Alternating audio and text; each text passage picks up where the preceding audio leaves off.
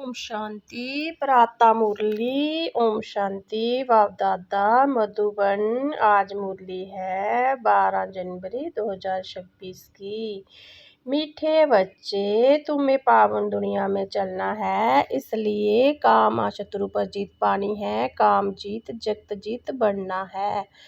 प्रश्न है, हर एक अपनी एक्टिविटी से कौन सा साक्षात्कार सबको करा सकते हैं?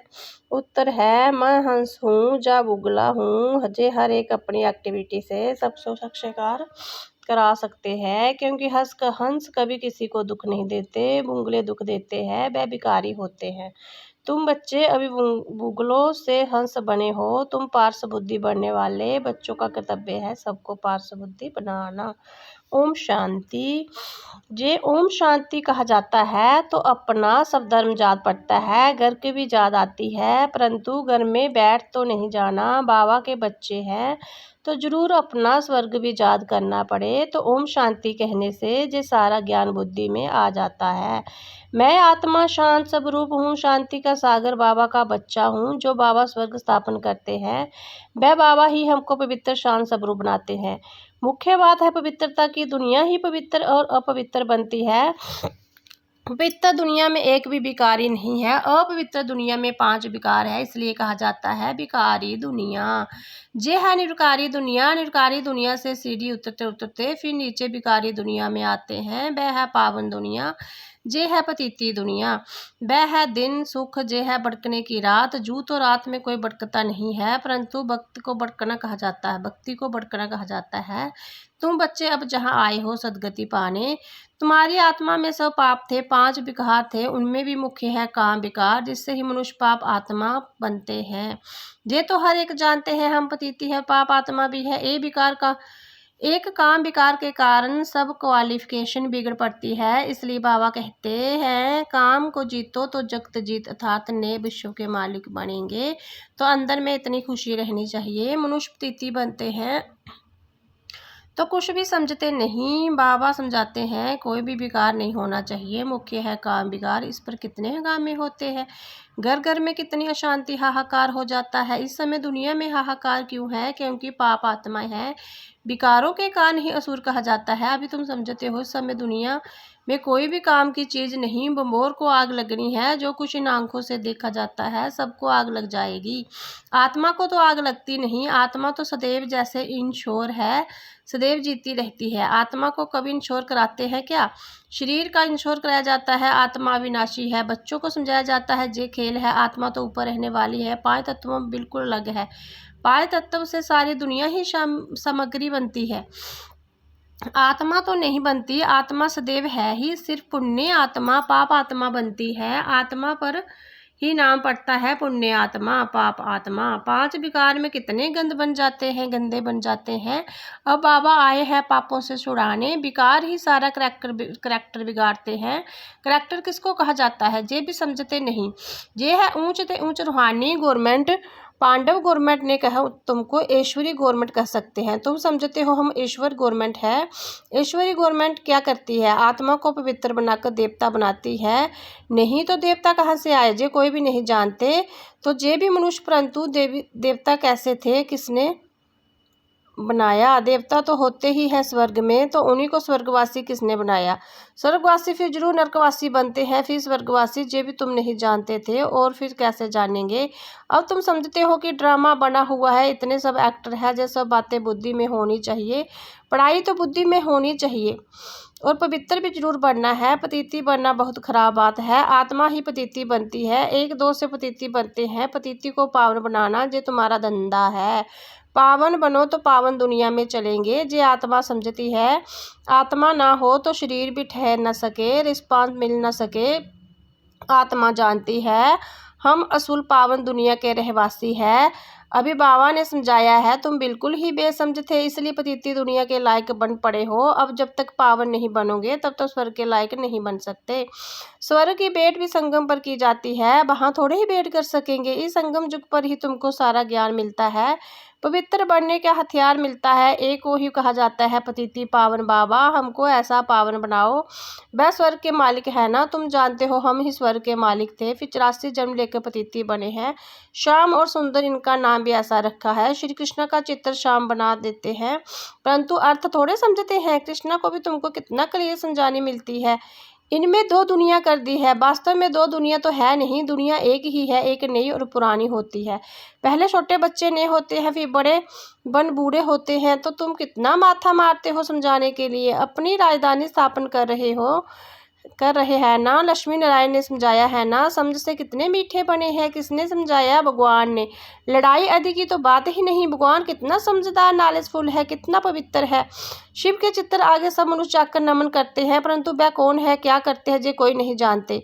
शिव काशी विश्वनाथ गंगा बस सिर्फ कहते रहते हैं, अर्थ जरा भी नहीं समझते। समझाओ तो कहेंगे तुम क्या हमको समझाएंगे, हम तो वेद शास्त्र आदि सब पढ़े हैं। परंतु राम राज्य किसको कहा जाता है ये भी कोई नहीं जानते। राम राज्य सतयुग ने दुनिया को कहा जाता है। तुम्हारे में भी नंबरवार है, जिनको दाना होती है कोई तो भूल भी जाते हैं, क्योंकि बिल्कुल ही पत्थर बुद्धि बन गए हैं। तो पार्श्व बुद्धि जो बने हैं उनका काम है औरों को पार्श्व बुद्धि बनाना।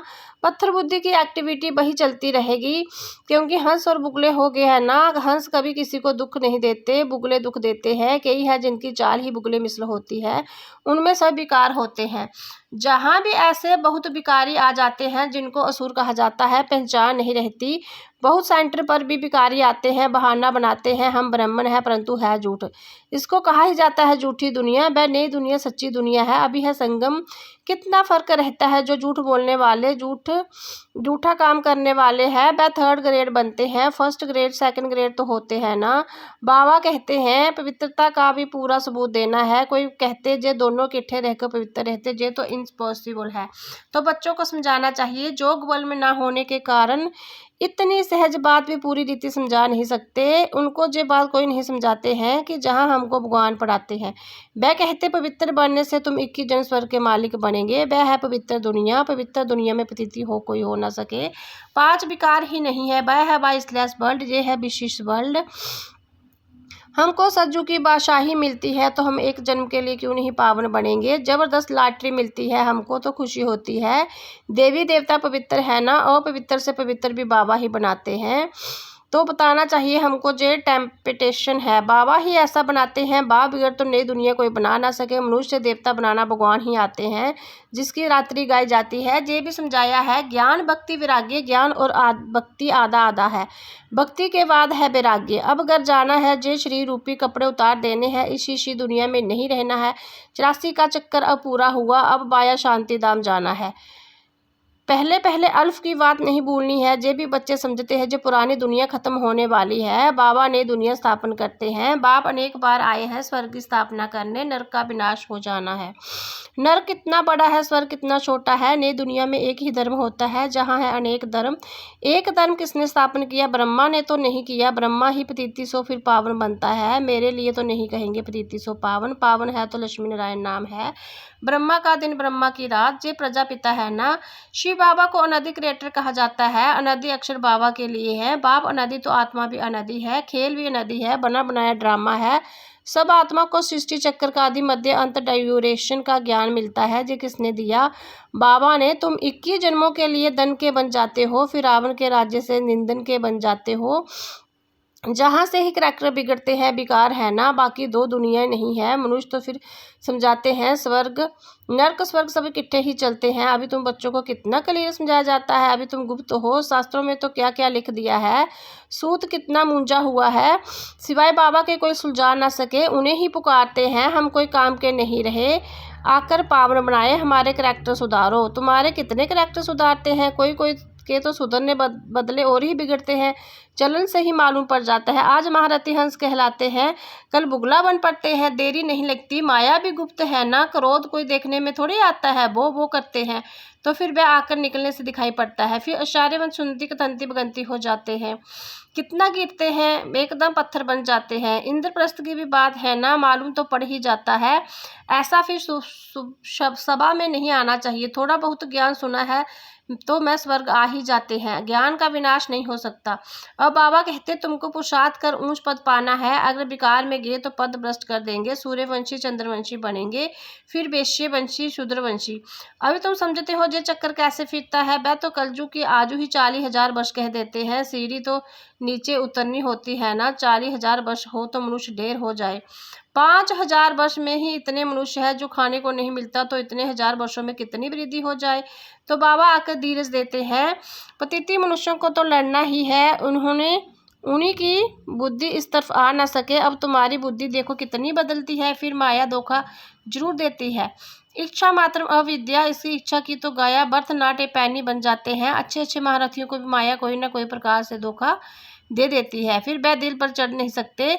जैसे लौकिक माँ बाप के दिल पर नहीं चढ़ते, कोई तो बच्चे ऐसे होते जो बाबा को भी खत्म कर देते, परिवार को खत्म कर देते। महान पाप आत्माएं हैं, रावण क्या कर देते। बहुत डर्टी दुनिया है, इनमें कभी दिल नहीं लगानी है। पवित्र बनने की बड़ी हिम्मत चाहिए। विश्व की बादशाही का प्राइज लेने के लिए पवित्रता मुख्य है। इसलिए बाबा को कहते हैं कि आकर पावन बनाओ। अच्छा मीठे मीठे सिकले दे बच्चों प्रति माता पिता बाप दादा का आजाद प्यार। Good morning.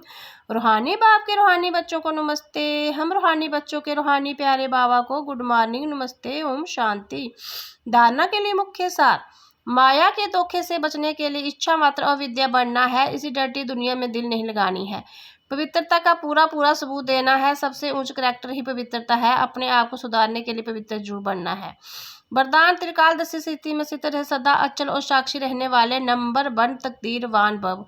त्रिकालदशी स्थिति में स्थित होकर हर संकल्प हर कर्म करो और हर बात को देखो जे क्यों जे क्या जे क्वेश्चन मार्क ना हो, सदा फुल स्टॉप, नथिंग न्यू। हर आत्मा का पाठ को अच्छी तरह से जानकर पाठ में आओ। आत्मा का संबंध संपर्क में आते न्यारे और प्यारे बन के समानता रहे तो हलचल समाप्त हो जाएगी। ऐसे सदा अचल और साक्षी रहना है, यही है नंबर 1 तकदीरवान आत्मा की निशानी। स्लोगन है, सहनशीलता के गुण को धारण करो तो कठोर संस्कार भी शीतल हो जाएंगे। सहनशीलता के गुण को दान करो तो कठोर संस्कार भी शीतल हो जाएंगे। अव्यक्त सारे, इस अव्यक्ति मास में बंधन मुक्त रह जीवन मुक्त स्थिति का अनुभव करो। आप लोगों का स्लोगन है, मुक्ति और जीवन मुक्ति हमारा जन्म सिद्ध अधिकार है। परम धाम में तो ये पता ही नहीं पड़ेगा कि मुक्ति क्या है, जीवन मुक्ति क्या है। इसका अनुभव इस पुराण ब्रह्म जीवन में अभी करना है। ओम शांति।